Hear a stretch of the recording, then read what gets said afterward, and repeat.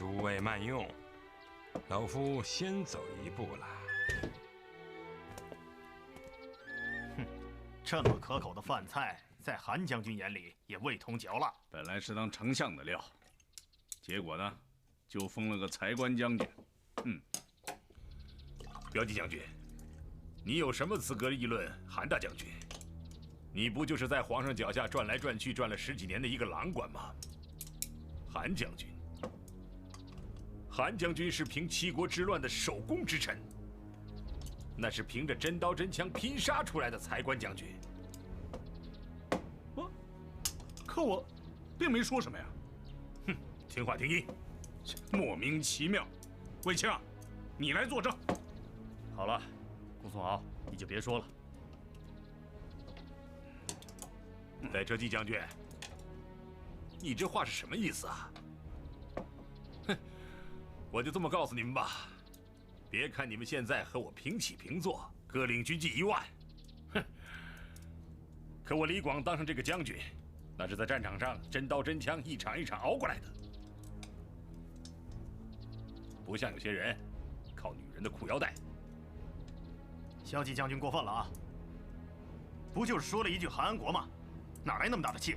哼，我告诉你们，有时候这鹰啊是比那鸡飞得低，可是那鸡呀，永远也飞不了鹰那么高。哼，幸亏皇上没集中兵力，就这态度，怎么合作？公孙贺将军，末将请教一句，在大汉军队中，历来有这样论资排辈的传统吗？是啊，军中历来崇尚功勋资历，凡不是凭军功得职者，在士兵的眼里，就好像是光着身子，没穿裤子。如此说来，那就怨不得李将军了。毕竟，他身经百战，的确是老资历啊。传令官，有传我的将令。参与此战的南军800骑，所携装具，凡是与上古屯军不同的宫中用品，一律不得带往前线。无论是羽林还是西门，都不得有任何特殊之处。违反此令者，给我责罚。诺。将军，营外有人求见。我正在做战前准备，没时间见客。这个人你必须得见，她是皇上的姐姐平阳公主。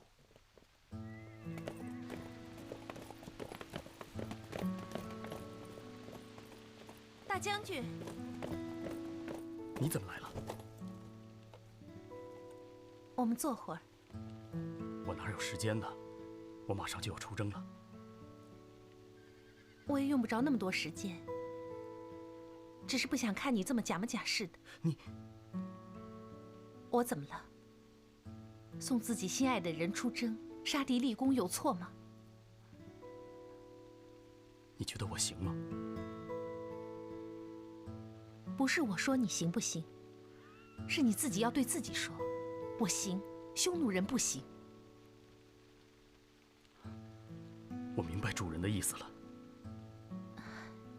你还这么见外？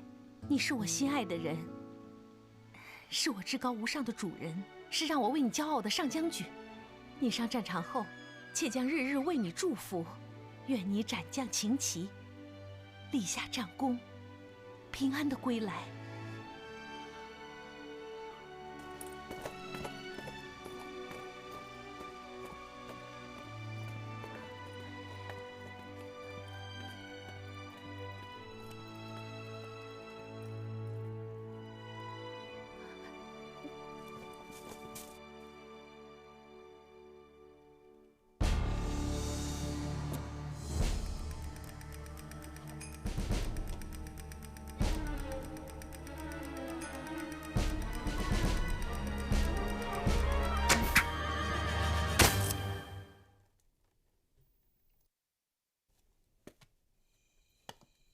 陛下，既然已经决定了，一切顺从天意。人拿起兵器是件很简单的事情，无非是输赢。做什么，朕已经定了。怎么做，那就要看将军们的了。也好，没有主将，干脆不设主将。朕的4名将领，让他们平起平坐。希望这一仗打下来，朝廷又有了一位新的主将。妾只希望卫青能够平安回来。你的标准也太低了。卫青的剑法倒是还可以。剑术再好，也只能击败1、2个对手，有什么好说的？朕期望于卫青的，是要让他成为万人敌的大将军。朕这一次是有意把他放在了这场战争的引发之地上古方向，让他感受耻辱，以血还血。除了陛下，谁还能有这样的气魄？让一个出身骑奴的人担任上将军，担当如此重大的国家责任，不试试，又怎么能够知道谁行谁不行呢？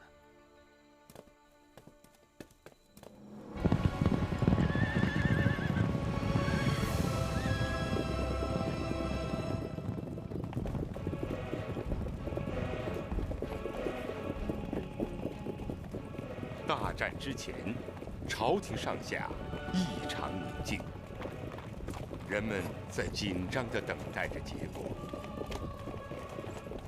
而刘彻此时给所有的将领传达的最后一道诏令却是：放手去打，将在外，君命有所不受。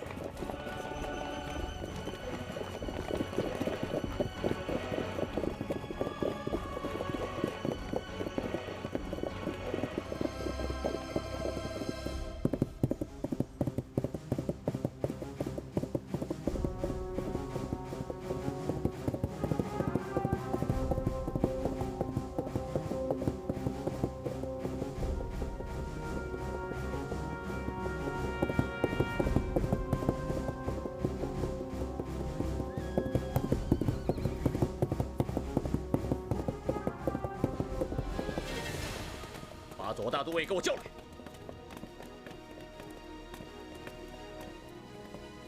大单于，汇总所有的探报，汉朝军队兵分4路，声势浩大。看来汉朝皇帝此次是要真打了。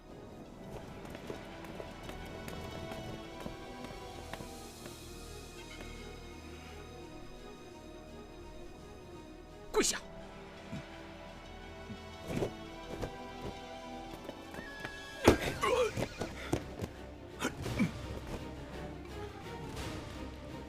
谁让你去血洗上古？本汗一再约束洗掠范围，你手下的人马为什么不执行？本章有个约束，可那就如同让猫看着活鱼入睡，哪里抵挡得住诱惑？勇士们一杀红了眼，就顾不得上古下古了。你知道你犯了什么样的错误？大单于，血洗上古是严重的。他直接引发了汉朝皇帝此次大规模的4路讨伐，汉匈之间的关系以此事为节将分为2截。奴才一再警告大单于，我匈奴行动的分寸就是要避免这样的事发生。左大都尉所部贪图营土小利，而危及了我匈奴的大事，应该予以重罚呀！不要以为你是汉人，就处处的替汉朝说话。打就打吧，兵来将挡，水来土掩。我正想多杀几个汉贼呢。大单于，国家之策，不仅是军事与军事的对抗，也是国策与国策的较量。奴才为大单于制定的基本方略，就是要力图避免激怒唤醒汉朝臣民，以免他们倾举国之力与我匈奴做全面的军事角逐。因为汉朝的国力远在我匈奴之上啊！他汉朝皇帝要打，我一日血就奉陪，我看不出有什么可怕的。就是，我大匈奴人何时怕过区汉朝？这儿没你说话的份儿。大单于，您见过沙漠里的眼镜蛇吗？眼镜蛇每攻击对手时，都要将自身盘紧，周身膨胀出好几倍。脑袋在攻击对手时，常常有意不咬中对方，让对方恐惧而不摸深浅，这才是弱者最好的攻击策略。这4年来，奴才为大单于苦心经营的，就是这种眼镜蛇式的对汉策略。守弱，但不争强，坚韧地守住弱者的地位，才能积累实力。但上古世界已将这种战略打破了。大单于，他那简直是胡说八道！做大都尉，不执行王庭的命令，擅自冲入上古地区屠城抢掠，这无异于有利于汉朝皇帝说服他的臣民，煽动起对我匈奴狂热的民族仇恨，长敌人的志气，灭我匈奴的威风。住嘴！拖出去，抽50鞭子！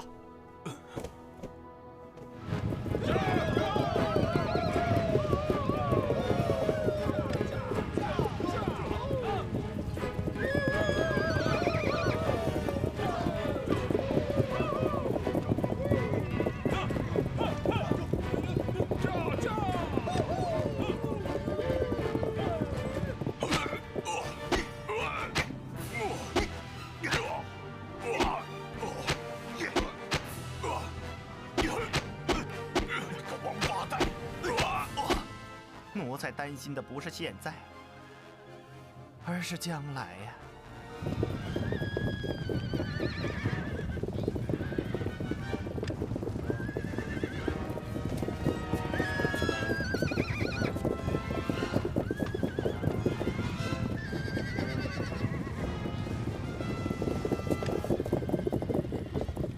甘夫，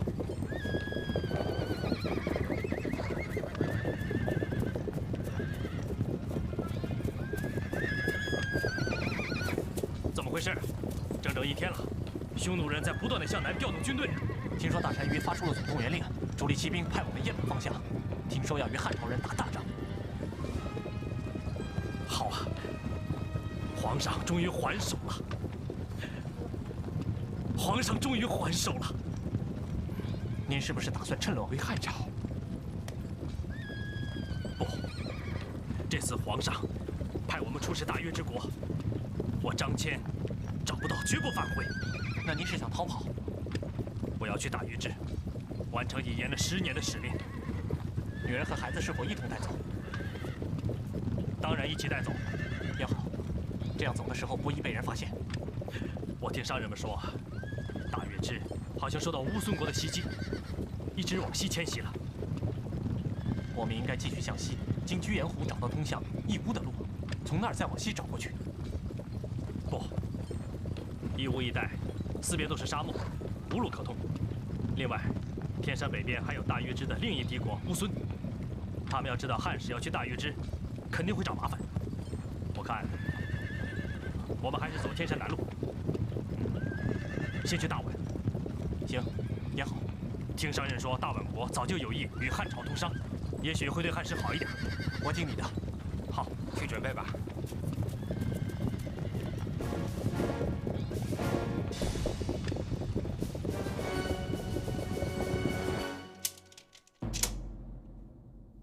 太让朕失望了。这个严柱，这个武丘寿王，你说他们在朕的身边的时候，也算是才华横溢、智慧无穷。朕送他们去做太守，怎么就没有一个人能做得好呢？弄得会稽、东郡2地百事废弛，乱七八糟。陛下息怒，严柱、武丘寿王都是辩才无碍之士，并不是地方行政之才。让他们在陛下身边做个智囊还可以，如果让他们整治地方，去独当一面的话，我想这也是难为他们了。不行就让他们回来，别在那儿给朕丢脸。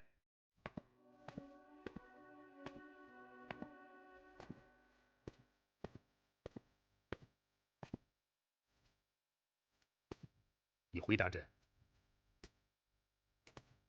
朕兵分4路，是不是有点铤而走险呢？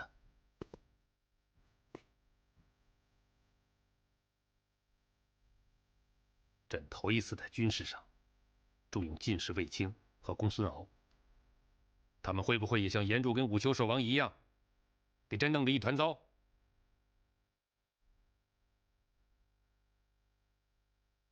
是啊，你心里没底，朕何尝有底？陛下，不过有一条是可以肯定的，那就是总比用韩国强吧？为什么？陛下，此战为的就是实现您多年的战略构想。只要大胆启用新人，就一定会有收获。而且打这种仗，首先要的是将领的忠诚。打狠仗，该用拙将。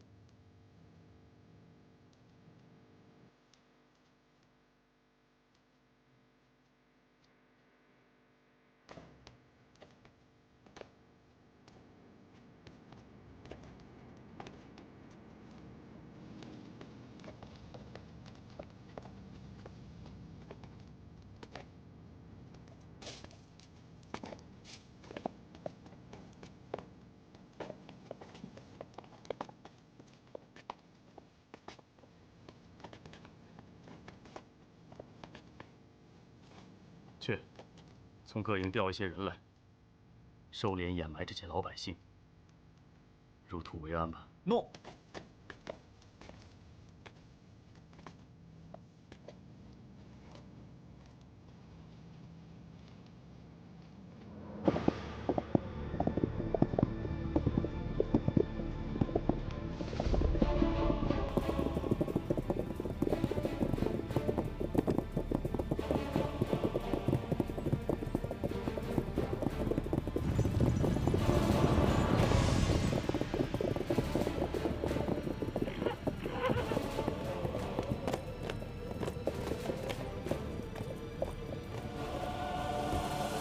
快去，把上古本地军将都请到我营帐来。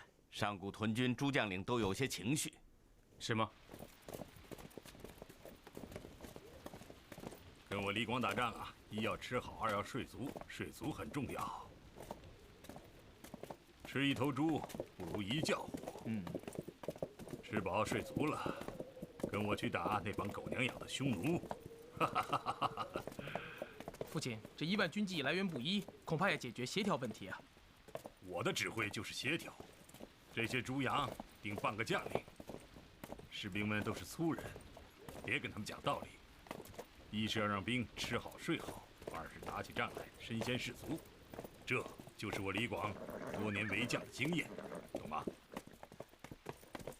参见车骑将军。啊，诸将免礼了。我卫青奉皇上之命，统帅上古全部军纪。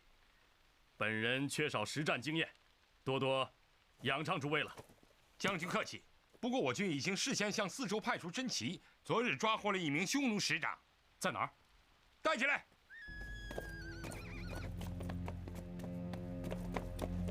跪下！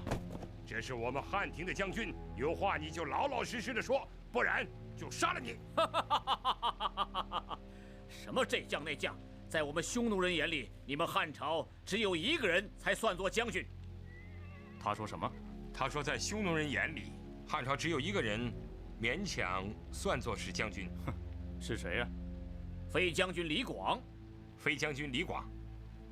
那你知道我是谁吗？知道。汉朝4路的所有将领，我们大单于没有不知道的。他说汉朝4路的将领，他们大单于没有不知道的。都知道。都知道。你不就是汉朝皇帝的小舅子吗？岂止我知道，我们大匈奴所有前线的将士都知道。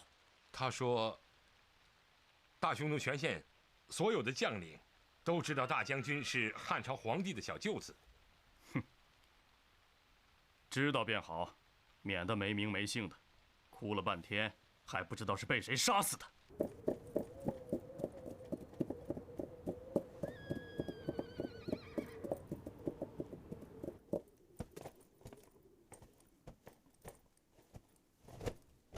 禀报大单于，我的部队已经集结完毕，大单于训示。起来。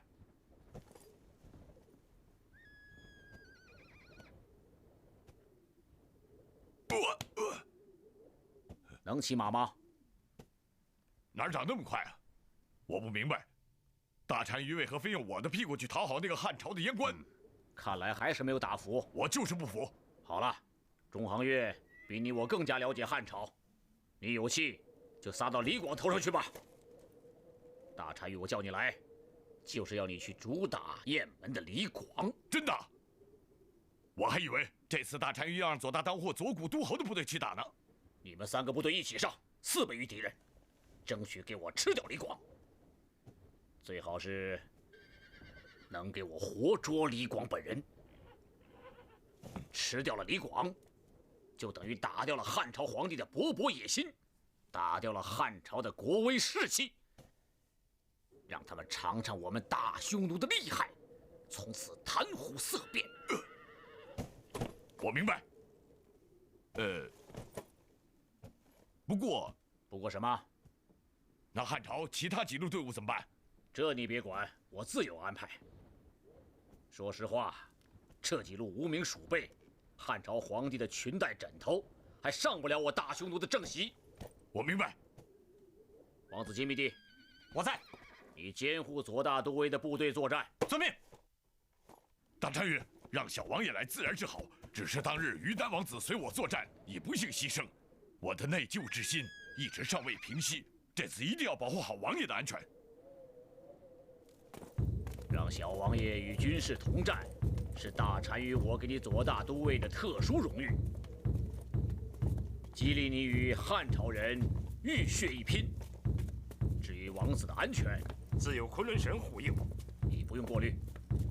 左大都尉不必照看我，我早想率我匈奴最彪悍的军旅奋身而战，还请左大都尉给我这个荣誉。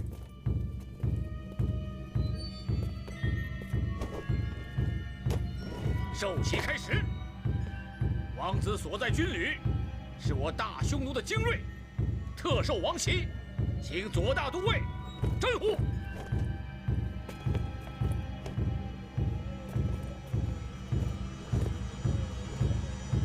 跟着我大漠之王，众王之王的伟大单于，我大匈奴无往而不胜。昆仑神，昆仑神，昆仑神。很好，这次你们一定要把李广给我吃掉。他要是变成了禽鸟，飞上了天，昆仑神，昆仑神，那你们就要变成苍鹰，从天上把他给我捉回来。昆仑神，他要是变成泥鳅，钻入地下，你们就要变成旱獭，把他给我揪出来。昆仑神，他要是变成了鱼，潜入了深水，你们就要变成网，把他一网打尽。昆仑神。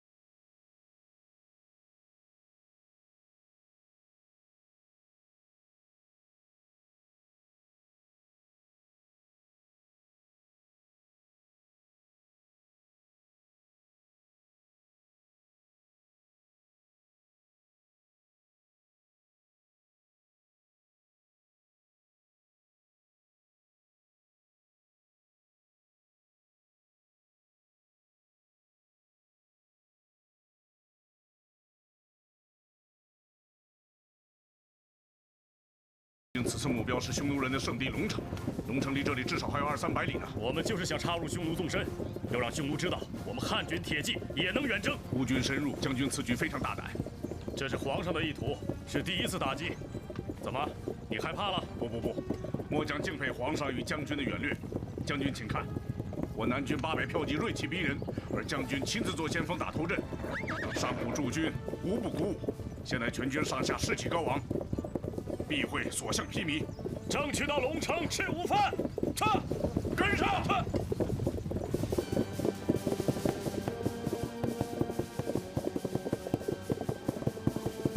报，大单于，汉军公孙敖部已被代郡方向的左贤王击溃，汉军死伤7000余人，公孙敖部逃回汉境。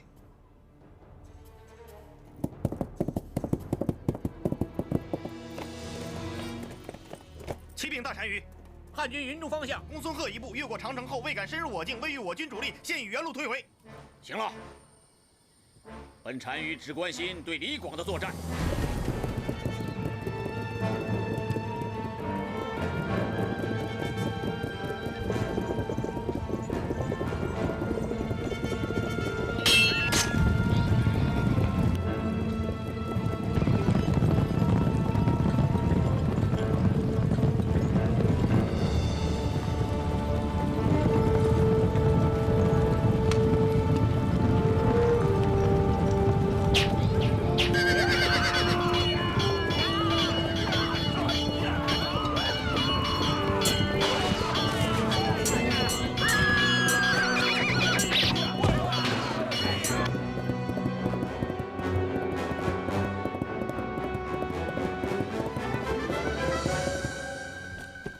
大单于，李广所部被我大军合围，经恶战，李广本人已被活捉。再说一遍。大单于，我军活捉了李广，正在押往这里的途中。王子让本官先行报捷。昆仑神。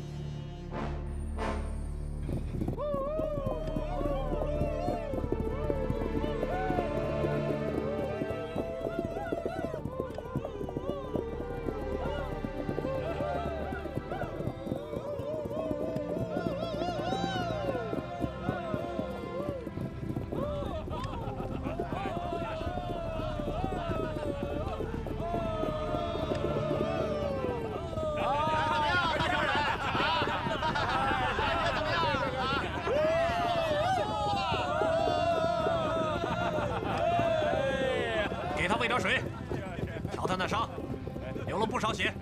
负伤的人不能多喝水。飞将军，我早听说过你，所有的匈奴人都知道你。我们匈奴人最崇拜英雄，哪怕是自己的敌人。哼，可算抓到你了。王子，跟只受伤的老虎没什么道理可讲，我看他不行了。不，我得跟他说话。我听说快死的人得使劲喊他，要不就回不来了。哼，那你喊他吧，看他能不能答应你。喂，飞将军，李广，汉朝人，瞧，他听懂了，眼睛还在动呢。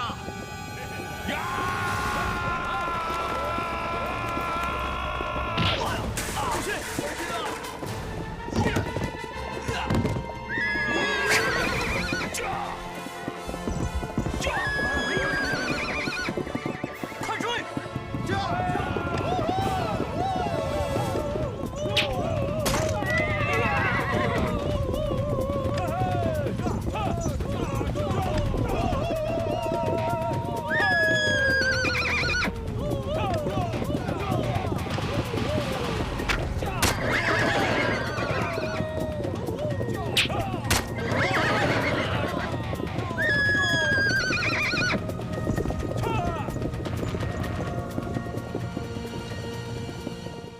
李广带伤逃脱，是因为我的疏忽，请大单于按军规处罚。金明帝，哥哥再次告诉你，不要跟汉朝人讲你那颗仁慈之心，他们是草原上的狐狸，充满了狡猾。他们精通于法术诈力，你稍不留意就会上他们的当。密迪，知罪。不管怎么说，这李广也曾被我俘虏，虽然半路侥幸逃脱，但是他也尝到了我大匈奴的军威兵锋。让他跑吧，让他带着失败的消息和被俘的耻辱回去见他的皇帝。按照汉朝的军法，汉朝的皇帝会替我们杀了他。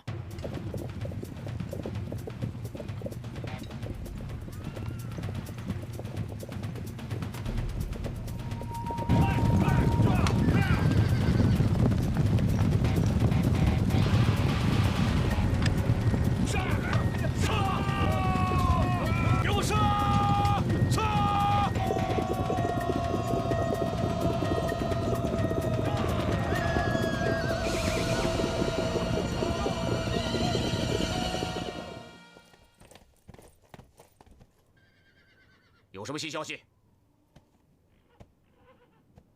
大单于，龙城圣地失守了。龙城？谁敢袭击我的龙城？是卫青所部，乘虚而去。那里本汗也留了几千守兵啊！卫青他是多少人？1万骑兵吗？这一败非同小可。你们看看，从上古到龙城有多远？整整的400里，往返就是800里。汉军的1万余骑兵，在我大匈奴境内纵横800里，横扫了我的祖宗圣地。这意味着什么？说！给我记住卫青这个名字，他不只是汉朝皇帝的一个小舅子。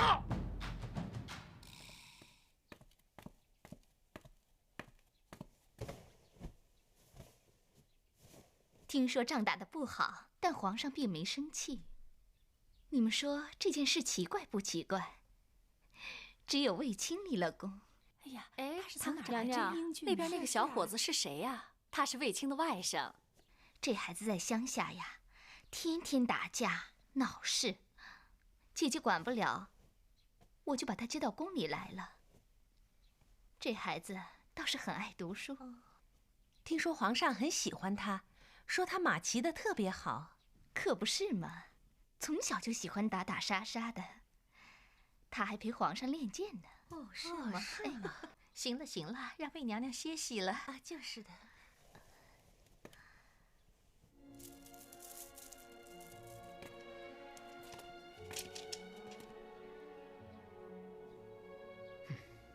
这些妇人也不懂得军事，就知道奉承。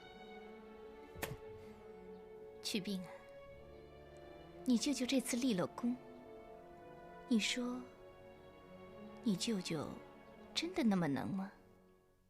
皇上早就说舅舅能行，舅舅真就是行。皇上真这么跟你说的？皇上说舅舅这个人像周勃，厚重少文，但是笨人打巧仗。皇上说，这次4路大军，哪怕3路都打光了，只要卫青这一路能赢，就是最大的胜利。皇上说，这一仗就是让舅舅练兵。倒还真是这样啊。要是没有皇上，谁有那么大的胆子敢用舅舅担当这样的重任？启禀娘娘，皇上要在这儿举行家宴，奴才特地前来准备。家宴？宴请谁呀？关内侯啊。谁是关内侯？为了表彰卫青的功勋，皇上已册封卫将军为关内侯啊。那公公，您知不知道，其余将领，皇上是怎么处置的？公孙敖、李广2位将军损兵折将，大败而归，按律应该论斩。皇上倒也没有大动肝火，只是交给廷尉了。嘿，我明白了。此次事例，2位公孙将军错就错在守株待兔上。关键的错，是错在战术上。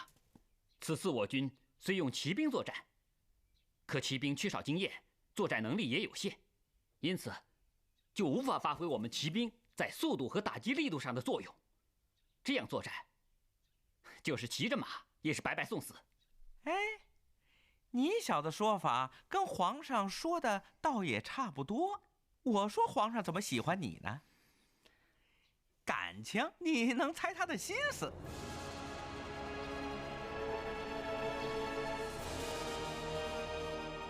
你们说的都是战斗过程，朕不想听过程。朕今天只想听听收获。公孙敖，你有收获吗？臣罪当诛，败军之将，无颜面对陛下，不敢妄言教训。是啊，你倒是大手大脚的，一次出兵就损了骑兵7000，还不错，还给朕带回了3000。怎么不是收获啊？摔个跟头还得买个明白呢。7000将士的生命就这么白白的送出去了，你对得起他们的英灵吗？要说收获，臣以为我军骑士的战术还是大大逊色于匈奴，此为教训之一。你这话怎么讲？此次马关之战，我军虽然已不使用旧式战车，使用了骑兵，但是战法生疏，兵士们的骑射水平很差，进展刀法单一，完全是一群骑在马上的步兵。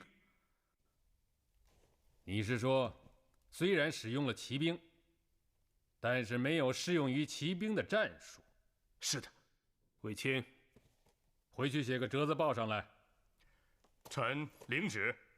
公孙敖所说的就是收获。公孙贺将军，你倒是不错呀，去也轻松，回也轻松，落个不输不赢。你跟朕说说，你有什么收获呀？余将无功而返，有愧朝廷。是啊，完全不知道匈奴人的位置，昏昏然，茫茫然。余将对陛下的战略领会不深，因而不敢孤军独自深入。入境后没有找到敌人，有点不知所措。卫青，你要好好记取，匈奴人历来重视战前侦察，马邑之围我汉军已经领教过一回，事不过三，要设法让匈奴人做聋子，做瞎子。臣领旨。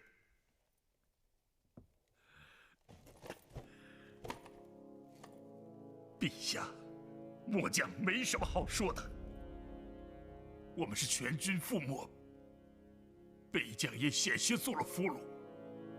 李将军是为名声所累，匈奴人以3支主力共同对付李将军，哼，可见名声太大了，不是件好事儿。陛下，臣心里似刀绞啊，无法面对皇上，愧对朝廷。那朕就替你说说收获吧。匈奴人总是以李将军为我汉军的精锐，可李将军自己不要背包袱，要守弱，谦下，虚怀若谷，懂吗？这地面上最柔弱者为水，碰到一点微小的阻碍，就会改变其形状跟方向。放在圆的城器里则圆，放在方的城器里则方，似乎没有自己的主张。一旦形成洪水，则再大的岩石都难以阻挡。不要总是以硬碰硬，望李将军谨记。韩嫣，臣在。传旨。